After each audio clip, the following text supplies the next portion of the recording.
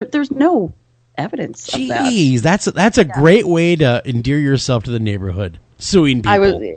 I was going to say the article, if you read the article in full, it's a pretty long article. It is captivating, though. But if you read it, you can kind of tell that this family, they did alienate themselves from a lot of people, including the former owners of the house. Yeah, I'm getting that as I'm reading it here. Yeah. They're kind of snobby. They did a lot of things that alienated people. Because they also, when they couldn't sell the house as the house, they went to the city board and said, fine, we want to split the lot and let businesses buy it.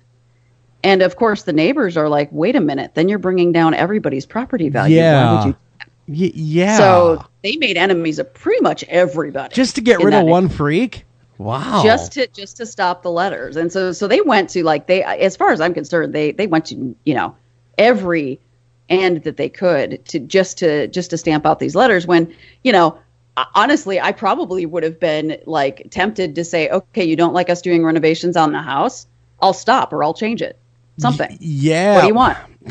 That, and get a German Shepherd and a good camera system. Yeah, get a good camera system, a German Shepherd, and go, fine, like, let's chill out on the renovations for a little while until this person gets used to us. Yeah, something. That's all. And who knows? This person might be just doing this for fun, too. Oh, totally. I mean, they were just rattling their cage. Rich people move in. They want to rattle their cage a little bit. Mm-hmm. And they sure did it. Mm-hmm. Meanwhile, they're sitting back going, boy, rich people are so easy to mess with. Well, and they said that the DNA actually came back female to a woman. Okay.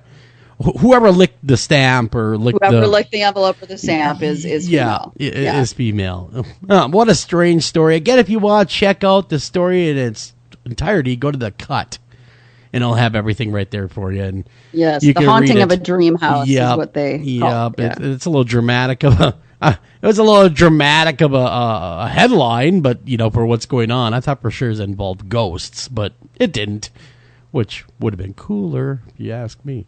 But anyhow, moving on. Where do you want to go? I would like to go to the road rage incident in Missouri. There's Missouri and the road rage. What's up with that? Because that is a crazy story. Speaking of, like, crazy people, so there's a Missouri woman who's charged with murder who basically said she tried to cut the victim in half with her car. Wow. I don't know that was wise to admit. No. Right? I'm going to go on a limb and say that's wrong to do. Yeah, so there's a woman named Elizabeth McKeon that bifurcation. Yes, the woman was frustrated because the car in front of her, who was occupied by 57-year-old Barbara Foster, wouldn't go. Right? Oh, she needed to get to the bank. She said so. She was driving a black Ford Mustang. She proceeded to push on. So she nudged Barbara's car in front of her a few times. Right? What? So basically, she bumps Barbara's car a couple of times, and then when Barbara doesn't go, she steps on the gas as hard as she could, and she accelerates directly into Barbara's car. Barbara, God love her, gets out of her car, irate, just like I would be. Yes. She emerges from the vehicle and basically begins yelling at McKeon before inspecting the damage. Now, McKeon is crazy like a fox, right? So McKeon confessed that's when I tricked her to make her think I was going to be nice. I was still and everything. So she waits until Barbara gets in front of her car to inspect the damage, and then she slams on the accelerator to cut her in half. Oh my God! Did she actually cut her in half? Practically. Is she dead? Yes, she is. Barbara Foster died. Oh my good Lord! That's pretty horrifying. God, how can people lose sight of reality and just basic principles? Wait a minute. You're that mad because you had to get to the bank, so you're going to kill her? Yeah, I mean, that's only going to slow you down from getting to the bank anyway. Yeah, and the good part about this, if there is any sort of silver lining, is that after she did this, right, McKeon tried to flee, but she was blocked by other vehicles. They wouldn't let her through. Well, thank God. Well, and there were people outside of her car, that got out as she's trapped in this like barricade. Yeah. And a witness told police they tried multiple times to get her attention, rolling down their window and yelling at her that, hey, you just ran over somebody. And they said that McKeon looked at them and mouthed the words, I know. Oh, wow. So she not only knew it, obviously, and confessed to it, but couldn't flee. Okay, she's up on murder, right? Like first-degree murder? Because I hope it's first-degree. It was kind of premeditated, waiting for her to go like that. That's premeditated. Oh, it is. People always misunderstand that. They think premeditation needs to be like some evil plan that you had, some nefarious plan in your basement going, mwaha. No, premeditation can take place in the seconds or minutes right before a crime. And she actually, in her own words, McKeon said, that was when I hatched a plan. Huh. So, yeah, that's premeditation. That's what it is. Like you said, she's a genius. She is. She's an evil genius right up there, Lex Luthor. I mean, there. Absolute evil genius. She's a criminal mastermind. She'll get away with nothing. Yeah, she got away with nothing, and this poor lady's dead, all because she's a little slow at the light. Right, and she said, too, they were like, why were you in such a hurry? And ironically, she says she had to get to the bank because she had to make her car payment. That is ironic. The murder weapon had to be paid for. Yeah, I had to go ahead and pay for the murder weapon. What the hell? Unbelievable. I actually just looked up her mugshot because I had to see it. It had to happen. Does she look? Does she look crazy? Angry, man. I'm gonna send it to you guys. I'm gonna message it to you guys. But holy mackerel, man! I'm not sure that I would just go up yelling at her in her car. I think I might see her and go. Even you would be afraid, is what you're saying. Oh yeah. No, there's you gotta. Sometimes you just gotta know when to call a spade a spade. There's crazy, and then there's really crazy. Yeah, exactly. And she was, I think, really crazy. Wow. Just out on a in some way. So yeah. If I can do this. There we go. Of course, it's sensitive file. You have to download. I'm gonna accept it here. I want to see the face of madness here. She's got her chin jutted out. Okay. Kind of like I did what I had to do. That's what her expression says. Wow. But dang. Man. Oh, we hit a snag loading your file, it says. Oh no, yeah. Her chin's all jutted out and her eyes are just dead. Okay. Download complete. I got it. Oh, never mind. I'll have to look at it later. But I'll take your word for it. She's a crazy looking person. She looks not so great. So that what a horrible story though. It is a horrible story. I feel awful for Barbara Foster's family. Well, Missouri though is kind of a, God bless them, Missouri, but I know people that live there, and they said it's a little bit on the Florida side. Getting a little sketchy and weird? Yeah. I met people that lived there, and they say, it was really weird, but nothing compared to the guy that says too much music and masturbation. Yeah, this is an old story, but I had to include it. I'm sorry. Sex, drugs, and rock and roll, even though it's with yourself. Sex, drugs, and beating mailboxes, man. He's from Clearwater, Florida. He was accused of vandalizing a home. So people basically saw him, right? He was outside, quote, smashing a mailbox. And in his mugshot, he's actually got blood on his nose. So he looks pretty rough. I know. What was he doing? So he goes out there and he smashes this mailbox. And when the cop said, what were you doing? He actually, he destroyed other property too. And he said that he had listened to too much music and masturbated too much and felt like going out and destroying stuff.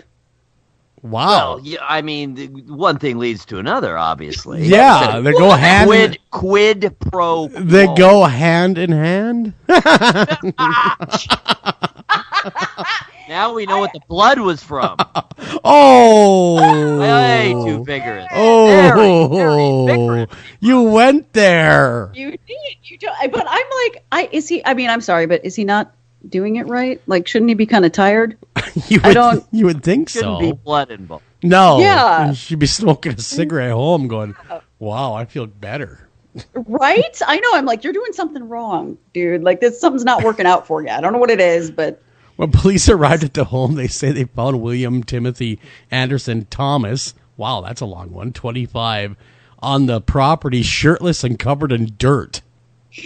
Wow. I'm not saying I'm any self-gratification expert here, but I've never heard it involving dirt. It's true. I know. Or mailboxes. Or mailboxes or blood. Mailboxes. Good God. It was the strangest story. That's an oxymoron. Oh, that is just a nightmare. And, speaking of like sex involved nightmares, I do want to put something out there because it's almost Christmas. And I know this is going to make people irate, but I'm going to say it anyway.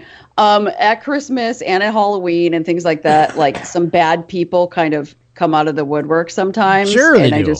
I've seen the show, but I've seen the movie Bad Santa. Yeah, I just kind of wanted to remind people that just because people are volunteering somewhere does not necessarily mean that they are good. Most of the time they are, right? Yes. 99% of the time they are.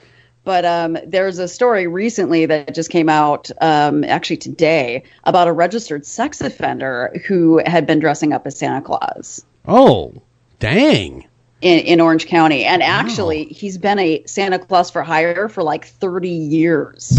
And they didn't know about it. 30 years. Yeah. Sounds like a Gacy. Yeah, he does. Go check his crawl space. Yeah, Kendall was convicted on sexual battery charge involving a child younger than 12 years old in 1993. So he has no business being anywhere around kids. My guess is that the reason they didn't know about it, right, and just to sort of explain to people, is when you are on probation or parole, they check your legitimate employment, right? That all has to go through. He must get a life sentence then. I'm not sure what's going to happen to him, but if you advertise yourself out on Craigslist, that's not tax-paying legitimate employment, right? He's doing something off the books, and that's what happens. Got him on probation violation for not being above board. That's a pretty hefty violation too, because he's trying to come in contact with children. Yeah. Wow, dang. So please I vote no. Yeah, be careful. I mean, don't mistrust everybody. Just keep an eye on your kids when you go someplace where they have trust but verify. Exactly. I just keep thinking about the movie Bad Santa. That was a great movie. Hey, there are those people out there for sure. They're like, this is how I make my money, but I hate it. I just happen to look like Santa. That's my favorite holiday movie now. Is Bad Santa 1 and 2. It was pretty funny. It's grim. It is. The second one not as good as the first one. I like White Christmas and It's a Wonderful Life because I'm sappy like that. Actually my favorite is probably National Lampoon's Christmas Vacation. Oh, that's pretty good too. That and maybe A Christmas Story, but that's so overplayed. Really it is. It is. Yeah, I agree. It's a great movie, but it does get way more play than it deserves. In a lot of ways. I agree. I know. I'm like, if I have to see that again. Right. We saved that one to Christmas Day, and only one time through. That seems like enough. Well, because seems like enough. TBS plays it 48 hours. That's all ridiculous. They play. Yeah. Is that one movie for 48 hours? Are you flipping kidding me? Do you guys have time for a really short but funny story about Peter Billingsley? I do. I always have time for Peter Billingsley. Yes, he's the kid. Just in case you guys know, he's the kid in A Christmas Story. Oh, the blonde kid with the glasses, the one where the museum is here. The house, that's right. Is here. Really? Oh my God! Yeah, the "You'll shoot you heart out" kid. We got 1 minute left, Clarissa. Late on I can totally do it. So, Henry, my boyfriend, my fiance, used to work in Vegas as a bartender. Right. And in Vegas, it was a really ritzy joint. And Peter Billingsley and Vince Vaughn are best friends. So, they came in one time and he was trying to open a champagne bottle. And things got out of hand and the cork hit Peter Billingsley in the head. No. Yeah. Did he shoot his eye out? No, and that's the thing. That's what Henry said, right? It hits him in the head, but doesn't hit his eye. It hits his forehead, and he's like, "Oh my God, man, I'm so sorry. I could have shot your eye out." And Peter Billingsley flipped him off and said, "F you, man." And he's like, "No, I mean, I'm sorry, I hit you in the face, but what are you talking about?" He didn't know that it was Peter Billingsley. Great story. Why so unpleasant about it anyway? What a jerk! I don't like that.